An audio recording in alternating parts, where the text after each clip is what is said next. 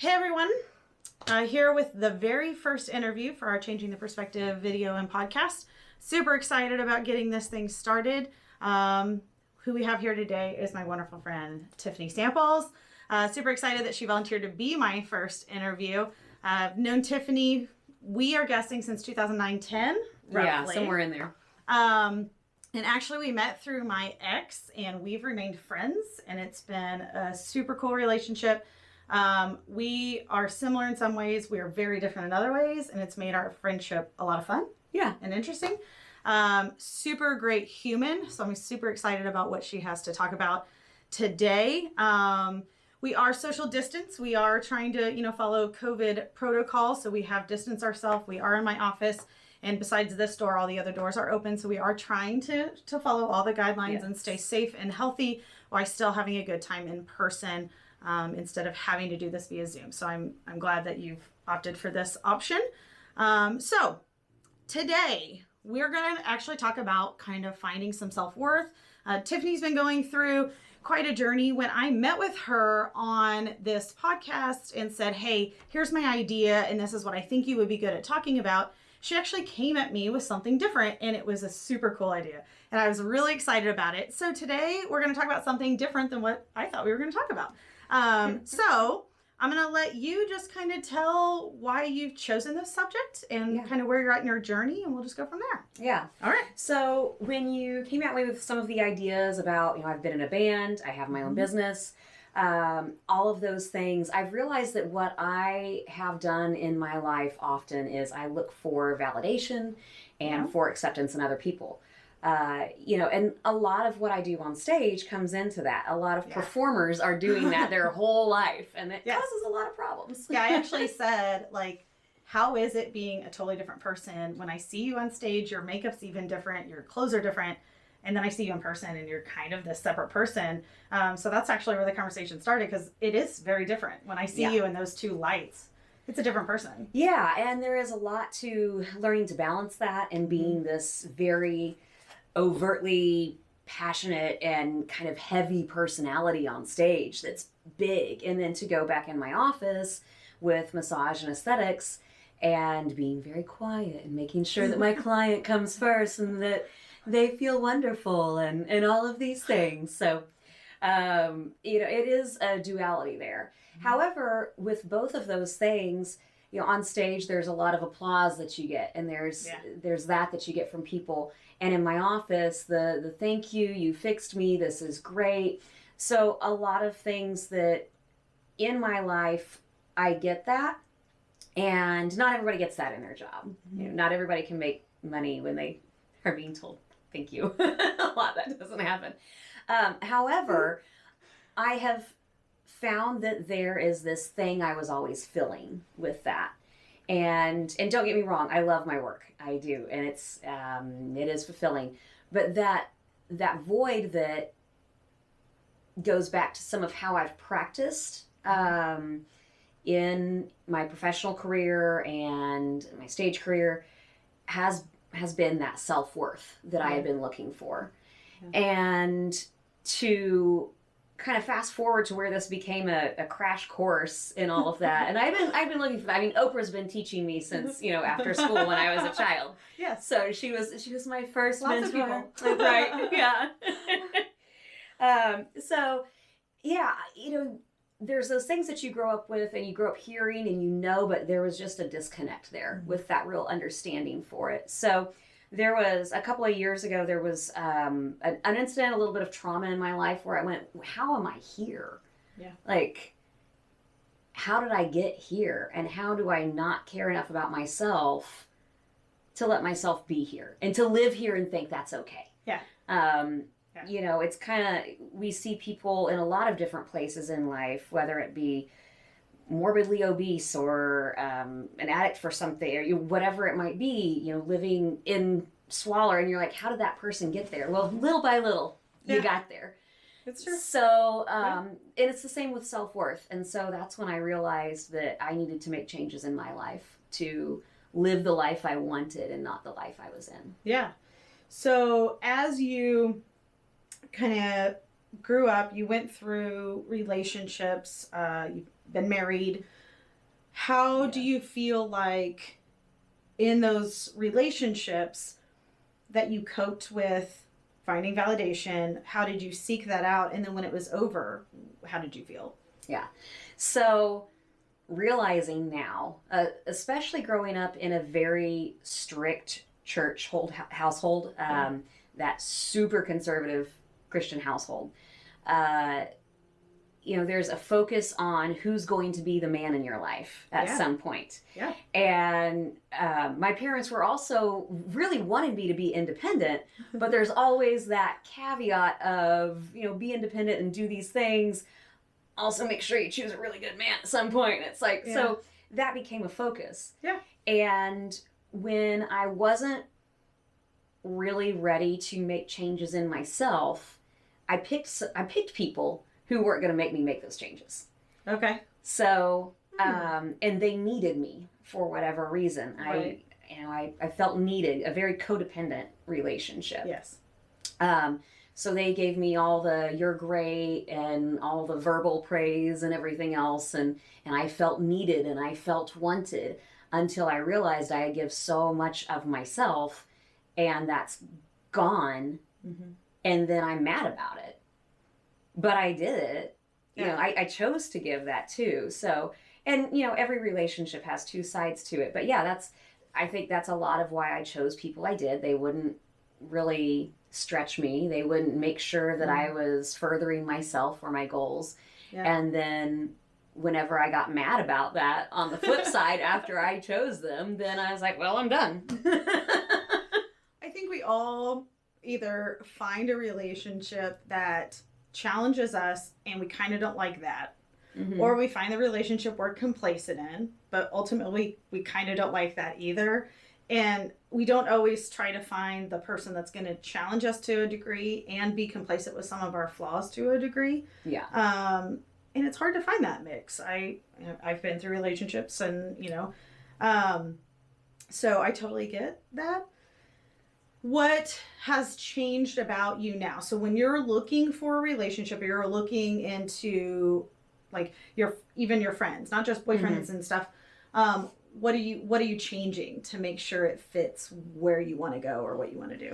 I actually had this conversation with a person recently who she and I had kind of separate, not intentionally, but just with the groups of people we were in, I had distanced myself from certain groups. And she had reached out to me and I said, look, there's a reason I distanced myself from these people, and I am only seeking relationships with people now, friendships that are very honest and that are also focused on growth. Yeah. I'm happy with my life. I'm very content, but that doesn't mean I don't want better. Yeah. And so if you're somebody who's just going to tell me every day, no, you're fine. Like, you don't need to keep working out. You don't need to focus on your job. Let's just hang out and party and have a good time. Like, that's not healthy for me. Right.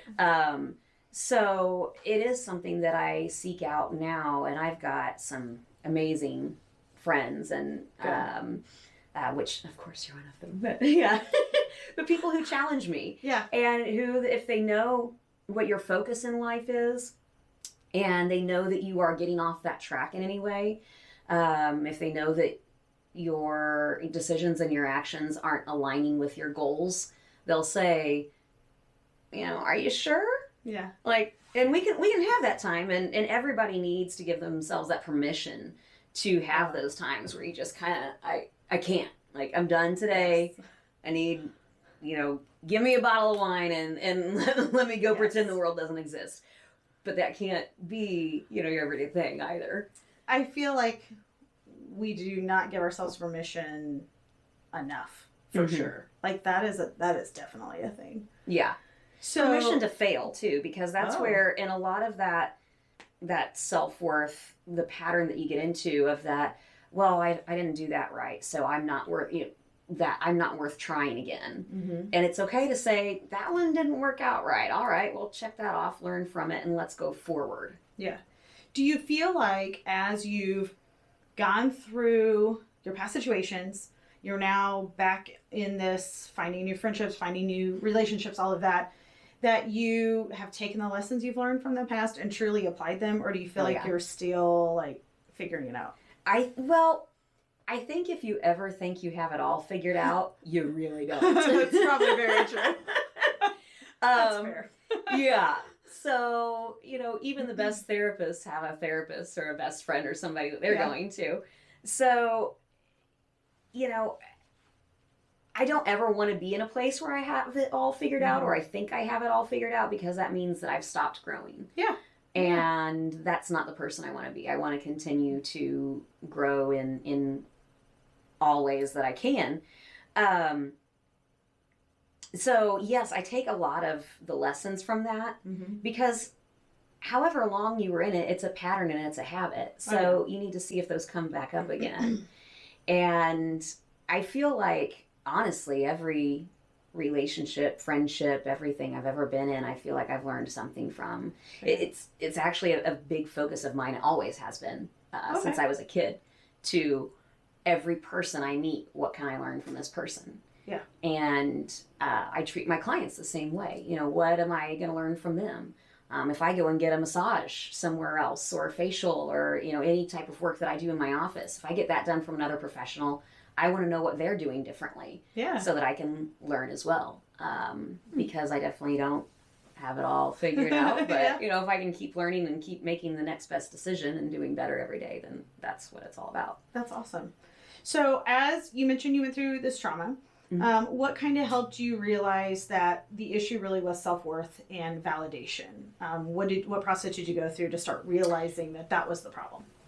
It was mostly that when talking about what had happened with other people, a couple of my friends were like, that's not okay. And I'm still excusing away what other people had done. Okay. Because I can't be the one, I'm sure whatever they did is right. Right.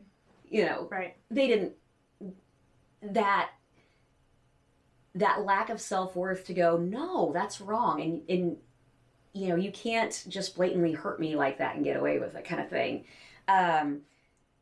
But to go, okay, why was I even here? Why was I making excuses for other people to keep continuing this behavior that I'm letting them continue to exhibit? So it was that realization that I'm making excuses for the people to let them keep treating me the way that they are. Yeah.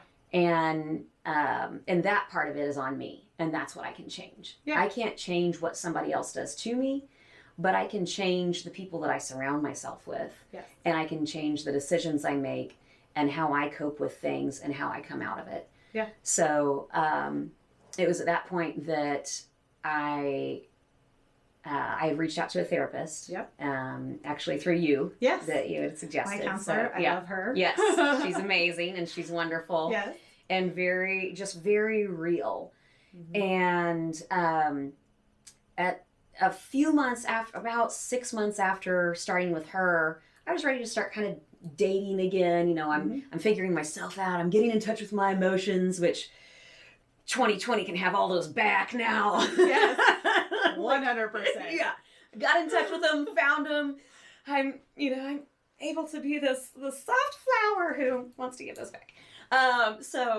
But I had started dating somebody too who was really great for my self-growth, and read some books that he had suggested, and kind of went on this path of being able to say, no matter what anybody else does, if I get my heart broken, if I lose somebody who's important to me, whatever it is, I need to come back to myself and find all of those things that I need there. Yeah. It's not to say we don't need human interaction. We obviously do. Yes. But to say whatever I truly need, I'm going to find in myself. Nobody else is going to give me that. And I don't know if it was said to me or if it was an epiphany, but something that I say often is, I'm the only person I have to live with for the rest of my life. True. And that's what it comes down to. True. So not putting that validation in other people. Do you feel like 2020, going through, everyone went through a lockdown at some point. Quarantine, isolation, all of the stuff. Do you feel like you learned more about yourself being forced to be by yourself? Oh, yeah. Uh-huh. Yeah.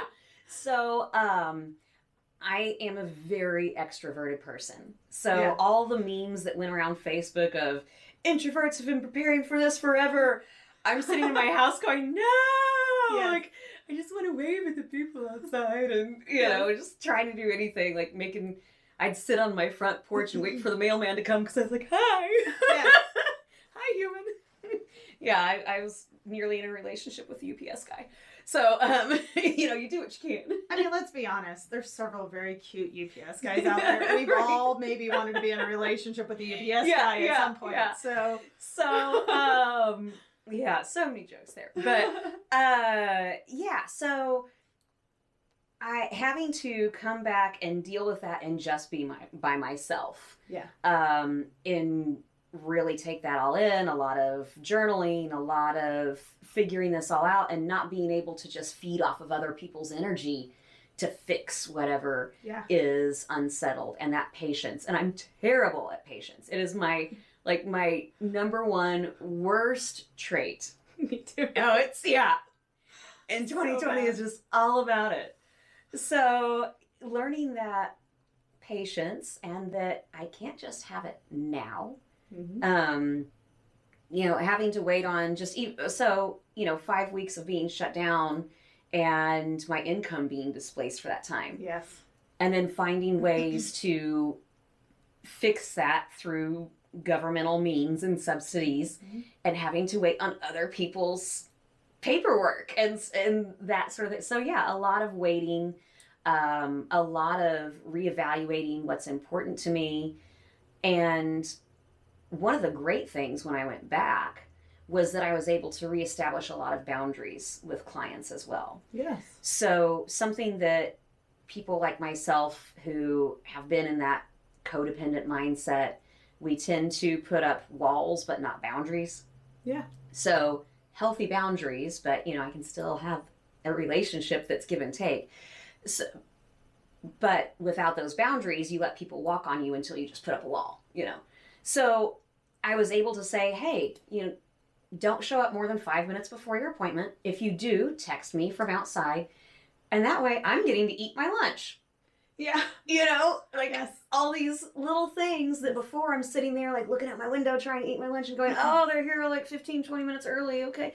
And it's great. It's great. Yeah. No, this is my time. This is my space. This is my office. Yeah. So reestablishing some of that helped me to reestablish that in other places in my life too. Okay. And people, whether that be, friends, family, relationships, or anything, just to say, this is my life and this is how I'm choosing to live it right now.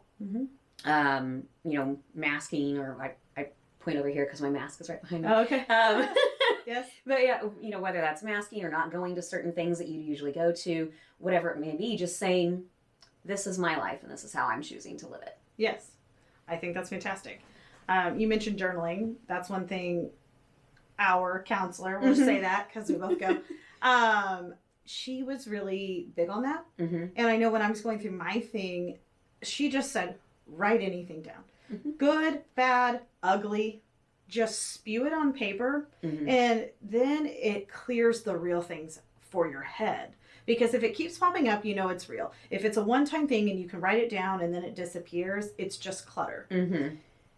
So you mentioned journaling. Did you find that helped you as well? Did it clear your mind? Did it obviously show some things that it was like, oh. Yes. What did you learn? Yes. So interestingly enough, too, this repeated pattern of self-worth, if you listen back to songs that I wrote years ago with the band, there's one in particular called Mirror. And it's basically do you see me for who I am? And that you might not like it, but here's who I am. Here's the real me. Yeah, so a lot of that. So that's come up repeated times. Even it was so funny to look back at that after I was realizing, oh, I've been trying to tell myself this for a long time. Yeah. I just wasn't always listening. So and there are times where if I'm feeling just an anxiety overall and I can't quite put my finger on it, or I'm just starting to get irritated for no reason, I'm like, okay, just sit down, start writing and see what comes. And then it's like, oh, that's what it is. Yeah. So a lot of the time that does happen where I may think it's one thing and I start writing about that. And then as I'm writing, my brain goes back to, no, actually, this is the underlying thing here. Remember why this set you off? Because this happened before, and this happened, and here's these repeated patterns. Let's stop those. Yeah, that's awesome. So outside of counselor, what things did you lean on to help you through this? What resources did you use? I have read a lot of books. Okay. One of the first, and I've got all of the authors and everything that you'll be able to give in the notes. Put them in the comments of the video. Yeah. But a friend of mine had recommended these 2 books, Power versus Force and Letting Go. Okay. Written by the same author. And he had told me do Letting Go first because even though it's the second book, the guy finally figured out that he was not good at voicing his own book, and so it's a lot easier. Listen, it's a little more conversational. The first one is very, very clinical. Okay. However, they both are about just stop chasing that.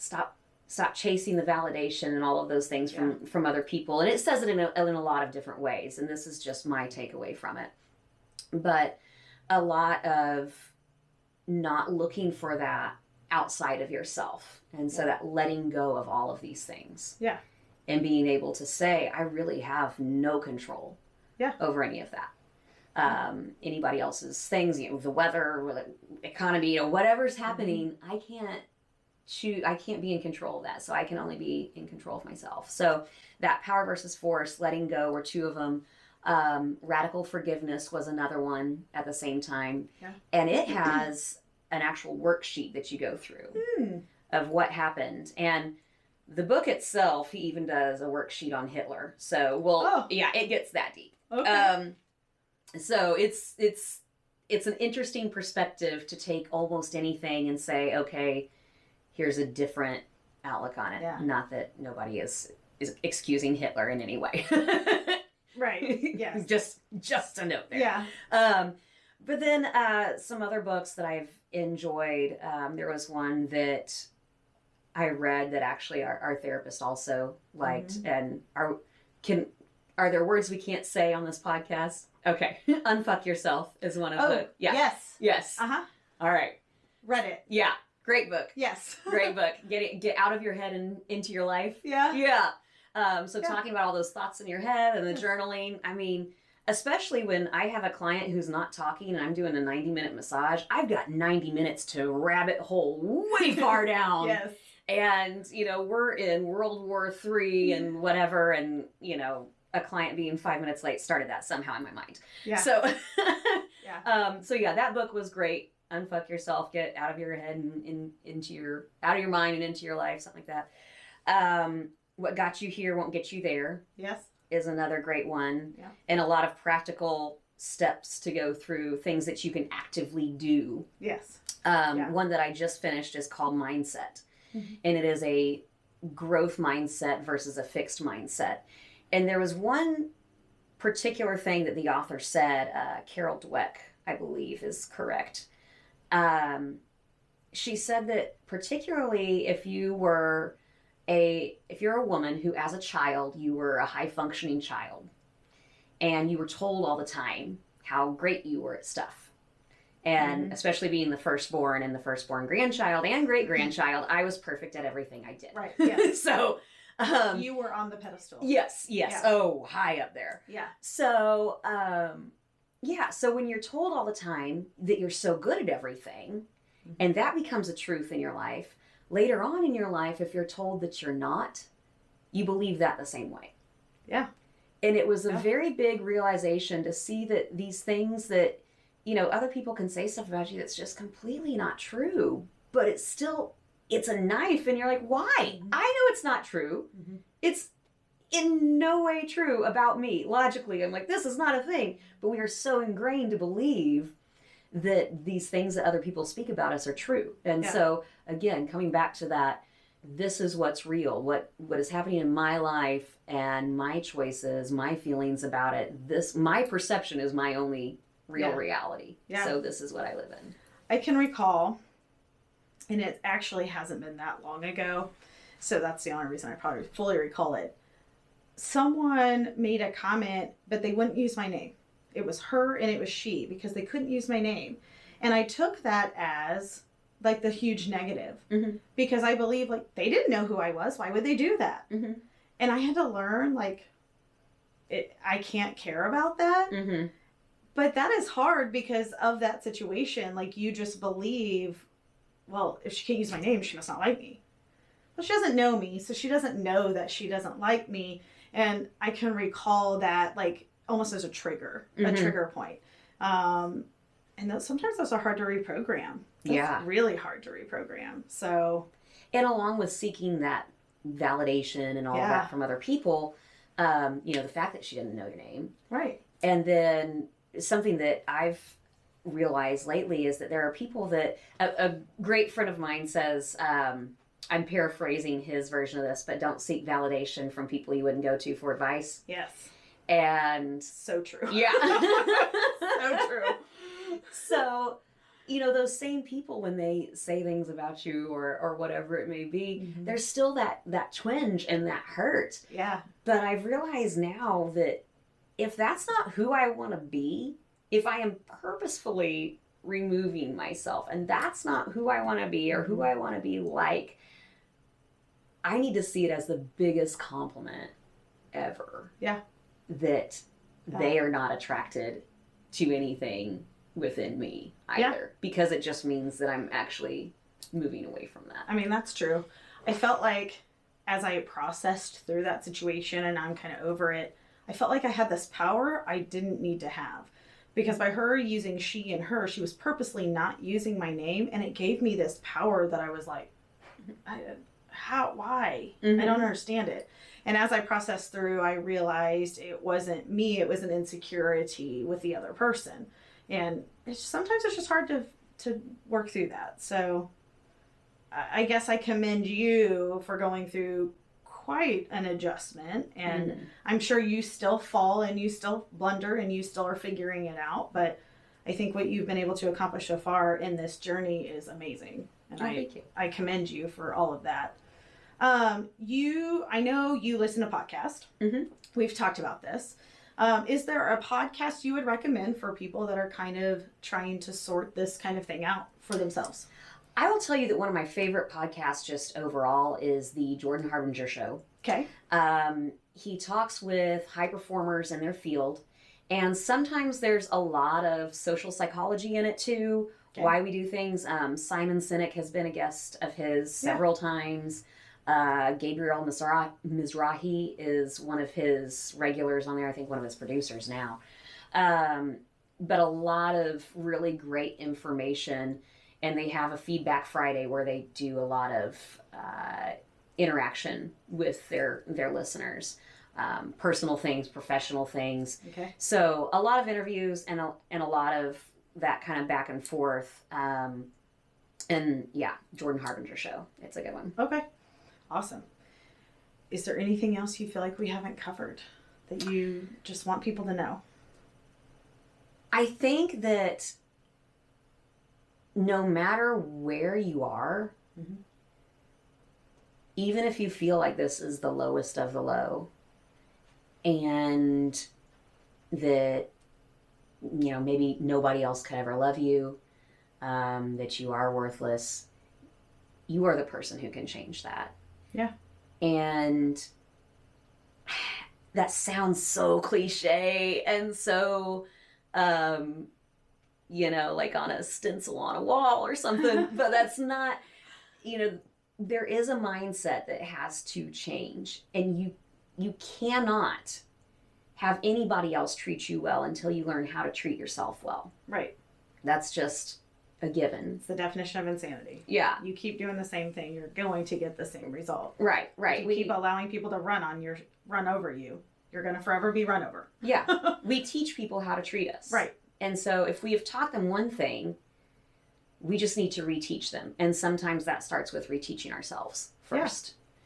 So, there's a lot of things that go back to, for me, that went back to even being in church that I had to relearn a lot of mindsets there, and all the things that I memorized. And now it's just a completely different mindset of knowing, like I have a thing in my bathroom that says, I am my eternity. And it's not so much about an afterlife or anything like that. It's that I am the beginning and end of all of my problems. Yeah. And so I'm the one with the answers. I may have caused the problem. I can also cause the answer, and I just need to be willing to make that choice. Yeah. Making the choice is the hardest part. 100%. Yeah.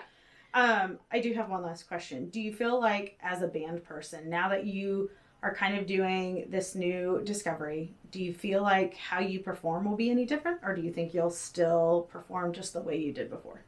I can already tell a difference in some of the performances that I've had. So there was a thing too before where I wouldn't try anything where I might, I believed that my range was here, basically. Okay. And I wasn't going to try to go here because, well, I can't sing that high. I've tried it and it didn't work. Okay. And it was actually a guitar player that I played with for a while, Russ. He had said at one point, our very first meeting, favorite songs and all this kind of stuff. We met over lunch. And I said, well, if I could ever sing Dream On, I'd consider myself a good singer. Okay. And he was like, all right. So, early on in practices, he chooses that song. And I was like, I can't hit those high notes. And he's like, oh, don't worry. I'll hit them over you. Don't worry. I can hit them all. And he has this like male falsetto thing that they can do. All those 80s like singers that can do that. So he's doing it.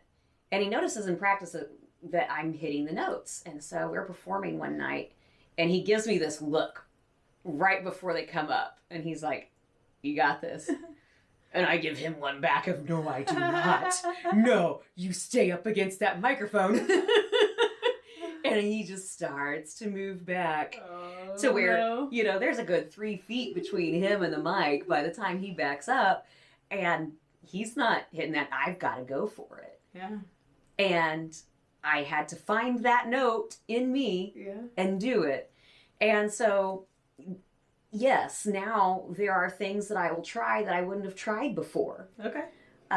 Because I believe that that's in me if I try, and part of that, the self-worth is not saying that I can do it all right now. It's not. It's saying I'm willing to try and I'm willing to fail a couple of times and keep doing that until I get it right. And now there's so many more notes. There's all these things. I picked up the saxophone again. I hadn't played saxophone in 20 years. So yeah, there's a lot of stuff where I'm like, you know what? I'm not going to be the best at anything ever. Yeah. There's always going to be somebody better at everything you do.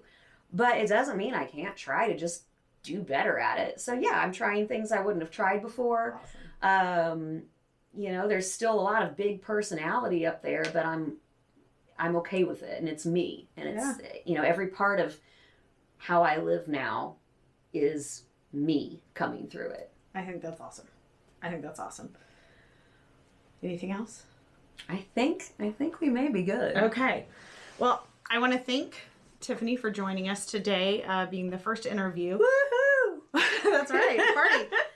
We will make sure that all of the resources that she mentioned, the books and the podcast and everything, are going to be listed in the comments of the video or the comments of the podcast, so that anybody can access those very simply.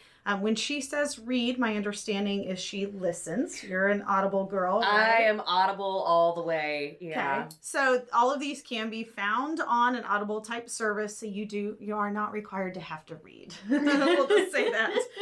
So we will I can read though. I do have the ability to. That's good.